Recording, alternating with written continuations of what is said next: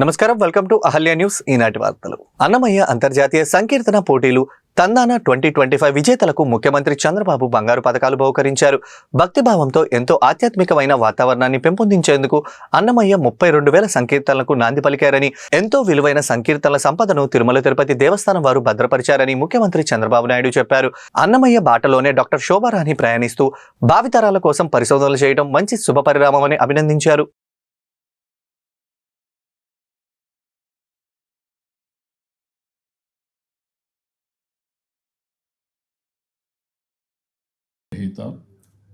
అన్నమాచార్య ప్రాజెక్ట్ని ఒక మిషన్ మోడ్లో చేపట్టడమే కాకుండా జీవితాన్ని అంకితం చేసినటువంటి గౌరవ శ్రీమతి శోభారాజు గారికి, అనునిత్యం ఆవిడకి సహకరించినటువంటి డాక్టర్ నందకుమార్ గారు, సంస్కృతి శాఖ స్పెషల్ చీఫ్ సెక్రటరీ గౌరవనీయులు అజయ్ జైన్ గారు, పెద్ద ఎత్తున మీరందరూ కూడా శ్రమ కోర్చి ఇక్కడికి వచ్చారు.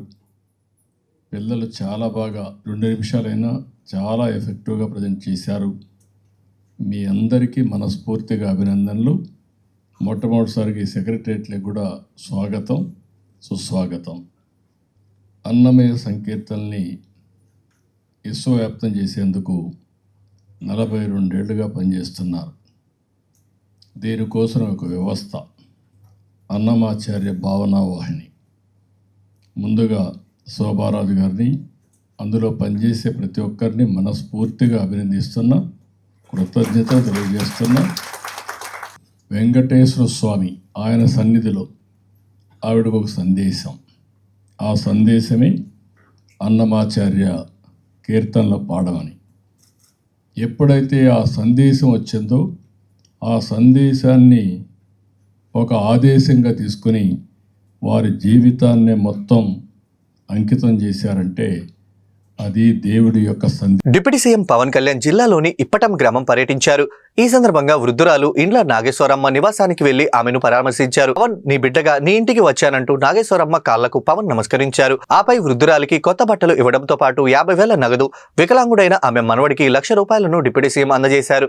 అంతేకాకుండా పవన్ కళ్యాణ్ తన ఎమ్మెల్యే జీతం నుండి 5,000 ప్రతి నెల పెన్షన్ రూపంలో వృద్ధురాలికి ఇస్తామని హామీ ఇచ్చారు.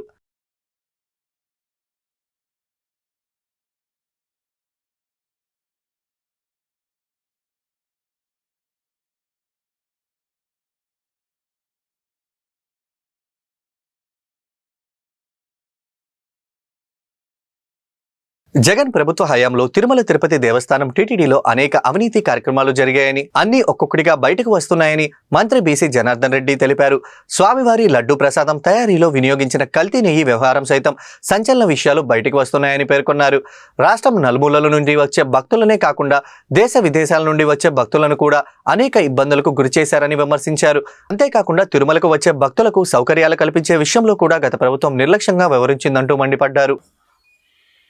గత ప్రభుత్వంలో శ్రీ తిరుమల తిరుపతి వెంకటేశ్వర స్వామి సంబంధించినటువంటి క్షేత్రంలో నాడు ఎన్నో అక్రమాలు జరిగాయి గత ప్రభుత్వంలో. ఆ అక్రమాలన్నీ కూడా ఒక్కొక్కటిగా ఇప్పుడు బయటకు వస్తూ ఉన్నాయి. ఆ అక్రమాలకు సంబంధించేటువంటి హిందువులు ఎంతో పవిత్రతతో ప్రసాదంగా భావించేటువంటి లడ్డులో కూడా కల్తీ నెయ్యిని తీసుకొని ఆ రోజు ఒక సంచలనాన్ని కూడా విషయాలు ఈరోజు బయటకు వస్తున్నాయి. సంచలనమైన విషయాలు. దేశ విదేశాల నుంచి వచ్చినటువంటి భక్తులు కావచ్చు, అదేవిధంగా హిందువులు అందరూ కూడా ఈరోజు ప్రత్యక్ష దైవంగా, కలియుగ ప్రత్యక్షంగా దైవంగా కూడా కొలిచేటువంటి భక్తులు కూడా ఎంతోమంది కూడా అనేక ఇబ్బందులకు గురి చేయడం జరిగింది. స్వామివారిని దర్శించుకొని అక్కడ నుంచి వచ్చేటప్పుడు భక్తులకు కానీ సౌకర్యాల విషయంలో కూడా చాలా రకాలుగా కూడా గత ప్రభుత్వం నిర్లక్ష్యంగా చేయడం జరిగింది. ఈరోజు ప్రజలందరూ కూడా, భక్తులందరూ కూడా మళ్ళీ నాడు జరిగినటువంటి అక్రమాల మీద కూడా ప్రజలందరూ చూస్తూ ఉన్నారు. నాడు అక్రమాలలో ఆ రోజు ఆయన చేసిన భూమా కరుణాకర్ రెడ్డి గారు చేసిన విషయాలన్నీ కూడా ప్రత్యక్షంగా బయటకు వస్తూ ఉంటే ఈరోజు మళ్ళీ ఆయనే వచ్చి ఈరోజు విడ్డూరంగా మాట్లాడడం, ఈరోజు మళ్ళీ లేదు, ఆ రోజు ఎలాంటి అక్రమాలు జరగలేదు, ఆ రోజు అని చెప్పి చెప్తా ఉన్నాడు. అక్రమాలన్నీ కూడా ఇప్పుడు కోర్టు లోపల ఉన్నాయి కాబట్టి దాని మీద కూడా ఎక్కువగా మాట్లాడదలుచుకోలేదు. అదేవిధంగా కూటమి ప్రభుత్వం అధికారంలోకి వచ్చిన తర్వాత తిరుమలలో జరిగినటువంటి ఏవైతే అన్నప్రసాదాలు కావచ్చు, కాటేజీల విషయాలు కావచ్చు, ఇంకా అనేటువంటి అక్రమాలను కూడా బయటికి తీస్తూ ఉన్నాము. ఈ యొక్క దేవాలయంలో భక్తులందరూ కూడా ఈరోజు ఏకాదశి నాడు రాష్ట్ర చరిత్రలోనే టీటీడీ వైకుంఠం ద్వారా 90% పైగా సామాన్య ప్రజలకందరికీ కూడా సౌకర్యం కల్పించాలి అనే చారిత్రాత్మకమైనటువంటి నిర్ణయాన్ని తీసుకుంది ఈ యొక్క కూటమి ప్రభుత్వం. అదేవిధంగా ఈరోజు ప్రసాదాలను కూడా ఏవైతే ఉన్నాయో ఆ నెయ్యిని కూడా టెస్ట్ చేసి ఎవరైనా దాతలు ఇచ్చినటువంటి నెయ్యి కావచ్చు, ఇంకోటి కావచ్చు, ఏదున్నా కానీ కూడా ప్రసాదాలు కానీ అవన్నీ కూడా కరెక్ట్గా ఉన్నాయా లేదా వాళ్ళని టెస్ట్ చేసిన తర్వాతనే తీసుకోవడం కూడా జరుగుతూ ఉంది. ఈరోజు వెంకటేశ్వర స్వామి గురించి దానికి సంబంధించినటువంటి గత ప్రభుత్వంలో ఉన్నటువంటి నాయకులు కూడా అసత్య ప్రచారాలు చేస్తూ ఈ నెల 30 నుండి జనవరి 8 వరకు జరగనున్న తిరుమలేశుడి వైకుంఠ ద్వార దర్శనానికి టోకెన్లు పొందిన భక్తుల వారి కేటాయించిన తేదీ సమయంలోనే రావాలని తిరుపతి కలెక్టర్ ఎస్పీ కోరారు. ఆ మేరకు పూర్తి ఏర్పాటు చేస్తున్నట్లు తెలిపారు. భక్తుల భద్రత కోసం 3000 మంది పోలీసులను మోహరిస్తున్నట్లు, అధునాతన సీసీ కెమెరాలు, డ్రోన్లు, కమాండ్ కంట్రోల్ రూమ్ ద్వారా నిఘా ఏర్పాటు చేశామని వివరించారు. నకిలీ దర్శన టోకెట్లు సృష్టించే దళారులపై కఠిన చర్యలు తీసుకుంటామని హెచ్చరించారు. డిసెంబర్ 31, జనవరి 1వ తారీఖు ఈ 10 రోజుల్లో ఈ మొదటి 3 రోజుల్లోనే మనకు రద్దీ ఎక్కువగా ఉంటుంది.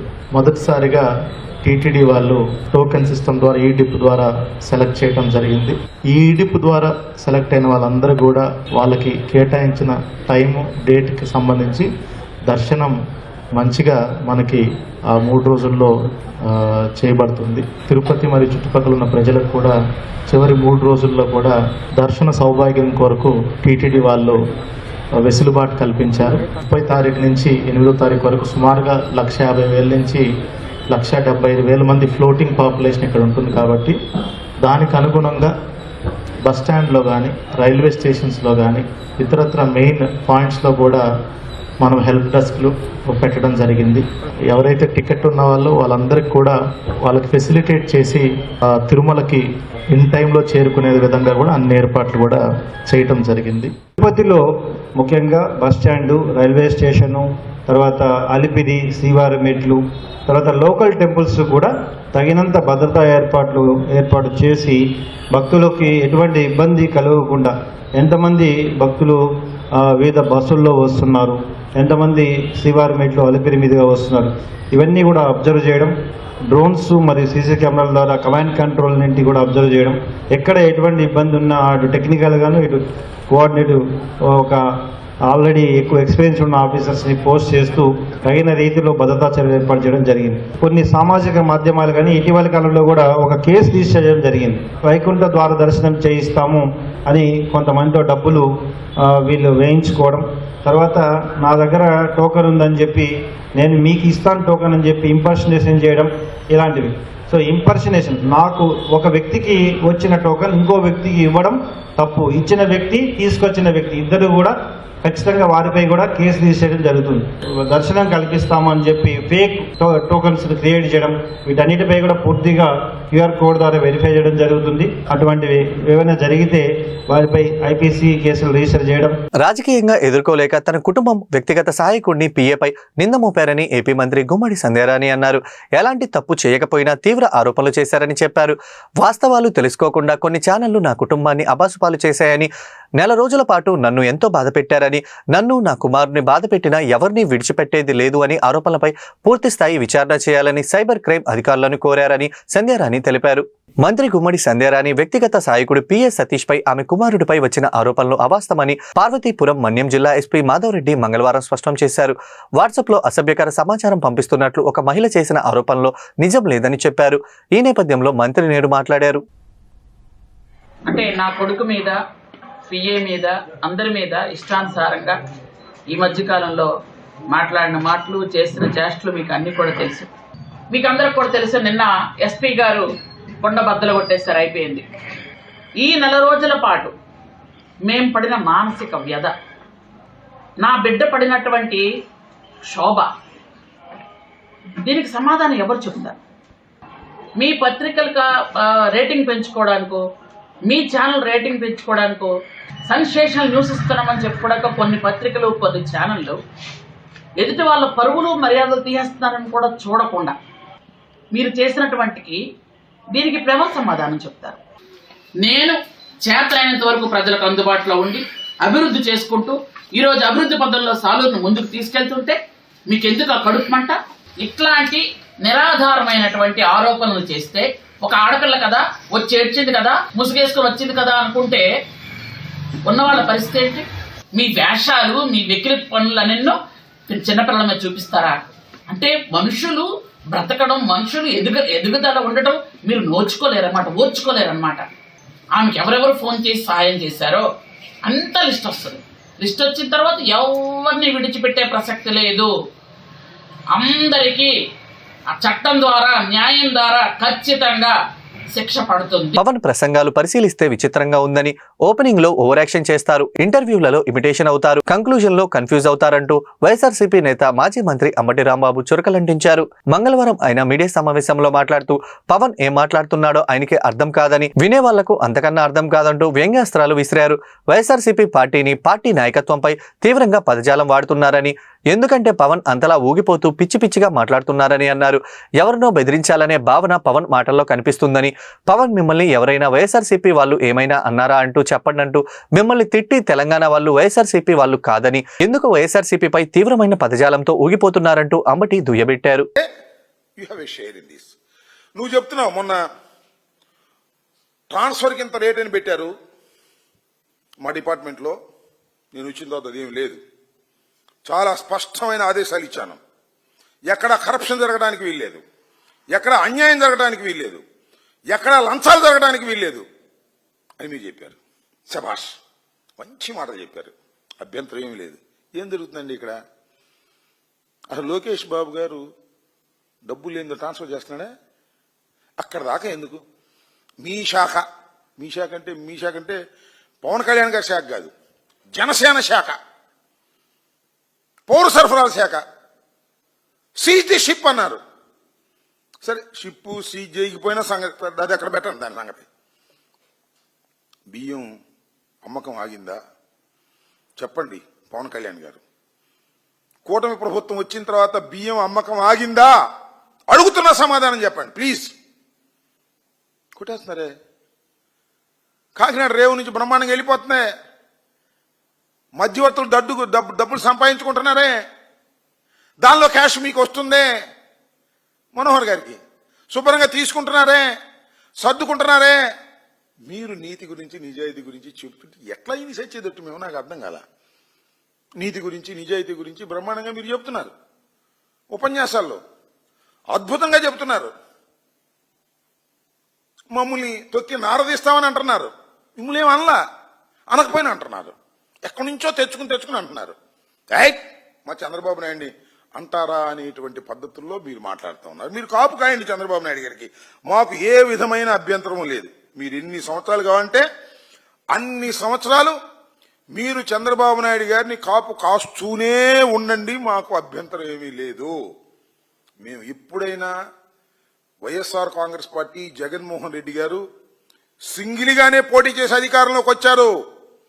ఓడిపోయినప్పుడు, గెలిచినప్పుడు కూడా సింగిల్గానే వచ్చారు, వస్తారు కూడా. వచ్చే రోజున ఏ విధమైన సందేహము లేదు. మే ఎవరినో దేహి అని పదవులు తీసుకోవాల్సిన అవసరం లేదు. ఇంకా మీరు పదవులు ఇంకా మా వాళ్ళకి రావాలని వాటాలు వేసుకుంటే చేసుకోండి. అలా తెలియగలుగుతాను. పవన్ కళ్యాణ్ గారు, మీకు బంధుప్రీతి లేదు, మీరు చాలా సిన్సియరు, అవినీతిని సహించరు.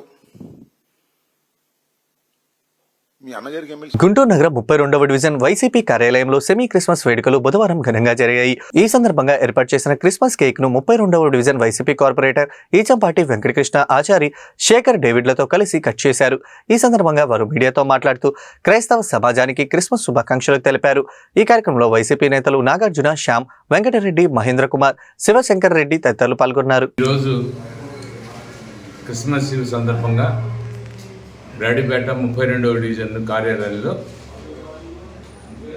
క్రిస్మస్ సోదరులతో ఈరోజు క్రైస్తవ సోదరులతో ఈరోజు కేక్ కట్ చేసుకోవడం జరిగినది. ఈరోజు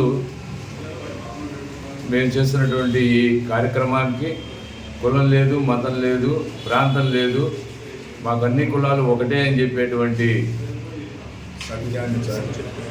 సత్యాన్ని చాటి చెప్పేటువంటి కార్యక్రమం ఐకమత్యంతో ఈ డివిజన్లో మేమంతా ముందుకు సాగుతున్నాం. క్రైస్తవ సోదరులందరికీ ఈరోజు క్రిస్మస్ శుభాకాంక్షలు. అందరికీ క్రిస్మస్ శుభాకాంక్షలు తెలియజేస్తున్నాం.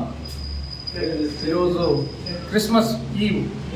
ఆ సందర్భంగా మన వైఎస్ఆర్సీపీ పార్టీ కార్యాలయంలో ఆచార్య గారు, మన రౌడీపేట 32వ డివిజన్ కార్పొరేటర్ గారి సమక్షంలో క్రిస్మస్ కేక్ను కట్ చేయడం జరిగింది. మరి ఈ కార్యక్రమంలో ఎంతోమంది వైఎస్ఆర్ కాంగ్రెస్ పార్టీ అభిమానులు, ఆకాంక్షించేవారు, కార్యకర్తలు అందరూ పాల్గొని మరి ఈ యొక్క క్రిస్మస్ వేడుకలను ఘనంగా జరుపుకోవడానికి సహకరించారు. వారందరికీ ప్రత్యేకమైనటువంటి అభినందనలు తెలియజేస్తున్నాము. ఈ యొక్క రానున్న కాలంలో ఇదే విధంగా మరి ఈసారి వైఎస్ జగన్ గారి సమక్షంలో ఈ యొక్క క్రిస్మస్ వేడుకలను, క్రిస్మస్ కేక్ను మరి కట్ చేసి అభిమానులందరూ కూడా ఆనంద డోల్కలకు ఉండాలని, అందరికీ క్రిస్మస్ ఆ యొక్క దేవదేవుడు దీవెనలు అందరికీ సమానంగాను, మేలుకరంగాను, ధన్యకరంగాను, ఉపయోగకరంగాను ఉండాలని కోరుకుంటూ రాష్ట్ర ప్రజలందరికీ కూడా ఈ యొక్క క్రిస్మస్ శుభాకాంక్షలను తెలియజేస్తూ గుంటూరు అరండల్పేట 10/2లో నూతనంగా ఏర్పాటు చేసిన క్యాప్రీ లోన్స్ బ్రాంచ్ను గుంటూరు తూర్పు ఎమ్మెల్యే మొహమ్మద్ నజీర్ బుధవారం లాంఛనంగా ప్రారంభించారు. ఈ సందర్భంగా capri loans business head Raghavendra Rao మీడియాతో మాట్లాడుతూ తమ సంస్థ మొదటి బ్రాంచ్ గుంటూరులో ప్రారంభించేందుకు సంతోషంగా ఉందని అన్నారు. ఇప్పటికే ఏపీలో 10 బ్రాంచ్లు ఉన్నాయని అన్నారు. త్వరలోనే 2వ బ్రాంచ్ని అమరావతి రోడ్లో ప్రారంభిస్తున్నట్లుగా వెల్లడించారు. గోల్డ్ లోన్స్ కు ప్రాధాన్యత ఇస్తున్నట్లుగా వివరించారు. నమస్కారం, నా పేరు రాఘవేంద్ర అని. నేను క్యాప్రీ లోన్స్లో బిజినెస్ హెడ్గా ఉన్నాను. ఈరోజు 24th డిసెంబర్ చాలా ఆస్పీషియస్ డే మాకి. ఎందుకంటే గుంటూరు ప్రాంతంలో ఫస్ట్ బ్రాంచ్ ఇనాగ్రేట్ చేస్తూ ఉన్నాము. Capri gold loans proper gold loan branch ఇది. మాది ఓవరాల్ కంపెనీలో పాన్ ఇండియాలో 870 బ్రాంచెస్ అయింది ఇప్పుడు. సో ఆల్రెడీ మేము 12,000 crores పోర్ట్ఫోలియోలో ఉండాము. మాకు చాలా హ్యాపీ ఉంది ఈ ప్రాంతాల్లో బ్రాంచెస్ని ఓపెన్ చేసిండది. ఎందుకంటే ఏపీలో ఇది 10th బ్రాంచ్. లాస్ట్ మంత్ నుంచి మేము ఈ నవంబర్ మంత్ నుంచి మేము స్టార్ట్ చేసాము.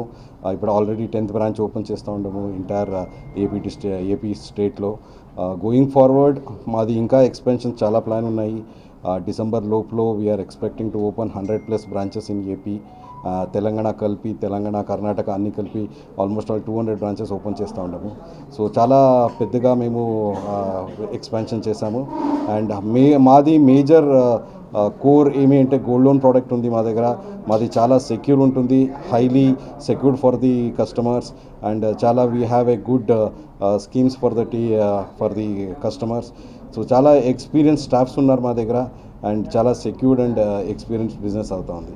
సో మీకు అందరికీ చెప్పేది ఏమంటే మా సర్వీస్ తీసుకోండి. We have a lot of expansion in the company. చాలా బ్రాంచెస్ చేస్తూ ఉన్నాము. గుంటూరులో 2nd బ్రాంచెస్ కూడా మేము నెక్స్ట్ మంత్లో ఓపెన్ చేస్తూ ఉన్నాము. సో మా ఎక్స్పీరియన్స్ అని తీసుకొని మా బిజినెస్ని చాలా ఇంప్రూవ్ చేయండి అని కోరుకుంటాం మీ దగ్గర. Thank you. అవును సార్, మేజర్లీ మాది గోల్డ్ లోన్ పరంగానే మేము రన్ చేస్తూ ఉంటాము. దాని జೊತೆలో క్రాస్ సెల్స్ అని ఉంటుంది. గోల్డ్ సెల్లింగ్ కూడా ఆపర్చునిటీస్ ఉంటుంది మా దగ్గర. గోల్డ్ సెల్లింగ్ స్కీమ్స్ కూడా ఉన్నాయి. సో అలాగే మేము ఇచ్చేస్తాం. రోజుకి గోల్డ్ రేట్ పెరుగుతుంది కదా, అవును. దాన్ని పట్టిస్తారా సార్? లేదు సార్, మాది ప్రతిరోజు ఎలాగా గోల్డ్ రేట్ పెరుగుతుంది దాని ప్రకారం గ్రామ్ రేట్ కూడా పెరుగుతుంది. ఇది యాజ్ పర్ ఆర్బీఐ నామ్స్ ఏముంది దాన్నే ఫాలో అప్ చేస్తాం సార్. ఇంట్రెస్ట్ రేట్ మంచిగా ఉంది సార్. సో మాకు సార్ మాది స్టార్టింగ్ నుంచి ఉంది సార్. స్టార్టింగ్ నుంచి మాది ఇప్పుడు 90 పైసా నుంచి ఉంది, 91 పైసా నుంచి ఉంది. So we'll go up to the next level 20-24% దాకా ఉంటుంది సార్. సార్ మా కంపెనీలో ఆల్రెడీ బిజినెస్ లోన్ చేస్తూ ఉన్నాము. బిజినెస్ లోన్ బ్రాంచెస్ కూడా స్టార్ట్ చేశాము. బిజినెస్ లోన్ ఉంది. సిపిఐ శతాబ్ది ఉత్సవాల ముగింపు వేడుకలు గుంటూరులో ఘనంగా నిర్వహించారు. ఇందులో భాగంగా ఆర్టీసీ బస్టాండ్ వద్ద గల సివిల్ సప్లై కార్పొరేషన్ సిపిఐ శాఖ ఆధ్వర్యంలో పార్టీ జెండాను ఆవిష్కరించారు. ఈ సందర్భంగా సిపిఐ నాయకులు చల్లా చిన్న ఆంజనేయులు, రావుల అంజిబాబు, జి సురేష్ బాబు, కోట్ల మరీదాసు మీడియాతో మాట్లాడుతూ కార్మికుల వర్గాల కోసం 100 ఏళ్ల పాటు పోరాటాలు చేసి చరిత్ర సిపిఐకు ఉందని చెప్పారు. హక్కుల పోరాటం కోసం కార్మికులు పునరాంకితం కావాలని పిలుపునిచ్చారు. అదేవిధంగా సివిల్ సప్లై కార్మికులకు పెండింగ్ లో ఉన్న సమస్యలను ప్రభుత్వం వెంటనే పరిష్కరించాలని డిమాండ్ చేశారు.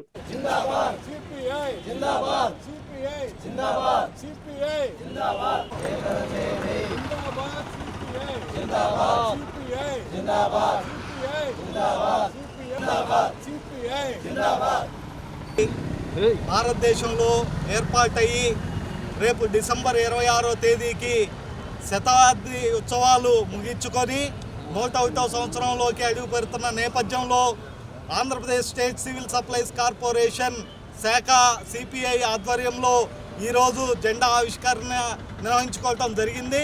అలాగే భారతదేశంలో పేద ప్రజల బడుగు బలహీన వర్గాల కోసం ఏర్పాటు చేసిన కమ్యూనిస్ట్ పార్టీ అనేక సమస్యలపై పోరాటాలు నిర్వహించి పేద ప్రజలకి దున్నేవానిదే భూమి అనే నినాదంతో వేలాది ఎకరాలు పంచిపెట్టడం జరిగింది. అలాగే బ్యాంకీలు జాతీకరణ తదితర సమస్యలు, కార్మిక వర్గానికి కార్మిక చట్టాలు, రైతాంగానికి రైతాంగ సమస్యలు, గిట్టుబాటు ధరలు తదితర సమస్యలపై భారత కమ్యూనిస్ట్ పార్టీ నిరంతరం పోరుబాటులో పయనిస్తుంది. ఈ నేపథ్యంలో 100 సంవత్సరాలు పూర్తి చేసుకొని 101వ సంవత్సరంలోకి అడుగు పెడుతున్న నేపథ్యంలో ఈ జెండాను ఆవిష్కరించుకోవటం జరిగింది. అలాగే కేంద్రంలోని ఎన్డీఏ ప్రభుత్వం అనుసరిస్తున్న కార్మిక ప్రజా వ్యతిరేక విధానాలపై ఈ శతాబ్ది ఉత్సవాల ముగింపు సందర్భంగా సమరశీల పోరాటాలకి కార్మిక వర్గం రైతాంగాన్ని సంసిద్ధం చేయటానికి సిపిఐ శ్రేణులు పెద్ద ఎత్తున పోరాట దిశగా నిర్వహించుకోవడానికి ఈ ఉత్సవాల్లో దేశంలో 1925 డిసెంబర్ 26వ తారీఖు నాడు భారతదేశంలో కాన్పూర్లో భారత కమ్యూనిస్ట్ పార్టీ ఆవిర్భవించింది. నాటి నుండి నేటి వరకు కార్మిక వర్గ ప్రయోజనాల కోసం అహర్నిశలు కృషి చేసింది. భారతదేశంలో స్వాతంత్ర ఉద్యమం కోసం ప్రభుత్వం జరిపినటువంటి కాల్పుల్లో వేలాది మంది కమ్యూనిస్టులు నేలకొరిగారు. ఈ ఎర్ర జెండా నీడలో లక్షలాది ఎకరాలు పంచబడ్డాయి భారత కమ్యూనిస్ట్ పార్టీ నాయకత్వాన. ఈ భారత కమ్యూనిస్ట్ పార్టీ నాటి నుండి నేటి వరకు ఈ 100 సంవత్సరాలు సజీవంగా ఉన్న పార్టీ భారతదేశంలో ఈ ఒక్క పార్టీ మాత్రమే. మిగతా పార్టీలన్నీ కూడా భారత జాతీయ కాంగ్రెస్తో సహా అన్ని పార్టీలు చనిపోయి మధ్యలో పుట్టినవి తప్ప ఆనాటి పుట్టిన దగ్గర నుంచి నేటి వరకు సజీవంగా భారతదేశంలో జీవించున్న పార్టీ భారత కమ్యూనిస్ట్ పార్టీ. నేడు ఇవాళ 26వ తారీఖు నాడు 100వ సంవత్సరం పూర్తి చేసుకున్నటువంటి సందర్భాన ఈ జెండా ఆవిష్కరించడానికి అవకాశం ఇచ్చినటువంటి గూడెం దగ్గర అంటే మన భారత కమ్యూనిస్ట్ పార్టీ పుట్టి 100 సంవత్సరాలు పూర్తి చేసుకొని డిసెంబర్ 26వ తారీఖుకి 101వ సంవత్సరానికి అడుగు పెడుతున్నాం. దానికి సంబంధించి ఈ గూడెం దగ్గర జెండా ఎగరేసాం. ఇంకా భవిష్యత్తులో మరిన్ని కార్యక్రమాలు జయప్రదం చేయాలని కోరుకుంటున్నాం. పోతే మా కూలీ రేట్ల అగ్రిమెంట్ కూడా ఎండీ గారికి, కమిషనర్ గారికి, మినిస్టర్ గారికి అందరికి అందజేస్తాం. లెటర్పూర్వకంగా మా సమస్యలు పరిష్కరించాలని కోరుకుంటున్నాం. అలాగే పని చేసి నెల రోజులు అవుతున్నా కానీ ఇంతవరకు హమాలి బిల్లులు ఇంతవరకు పడలేదు. పండగ ఉంది, దాన్ని జరుపుకోవడానికి కూడా చాలా ఇబ్బందిగా ఉంది. వెంటనే ఈ ప్రభుత్వం హమాలి బిల్లులు అనేది క్లియర్ చేయాలని చెప్పి కోరుతున్నాం. పోతే సొంత గోడౌన్లు ఒకటి పిఎఫ్ సమస్యలు చాలా ఉన్నాయి, అవి కూడా తొందరగా క్లియర్ చేయాలని చెప్పి సివిల్ సప్లై నుంచి కోరుకుంటున్నాం. పోతే క్రిస్మస్, సంక్రాంతి, జనవరి 1 అందరికీ నూతన సంవత్సర శుభాకాంక్షలు తెలియజేస్తాం. ఈ వార్తలు ఇంతటితో సమాప్తం. తిరిగి మరో బులెటిన్లో మళ్ళీ కలుద్దాం. నమస్కారం.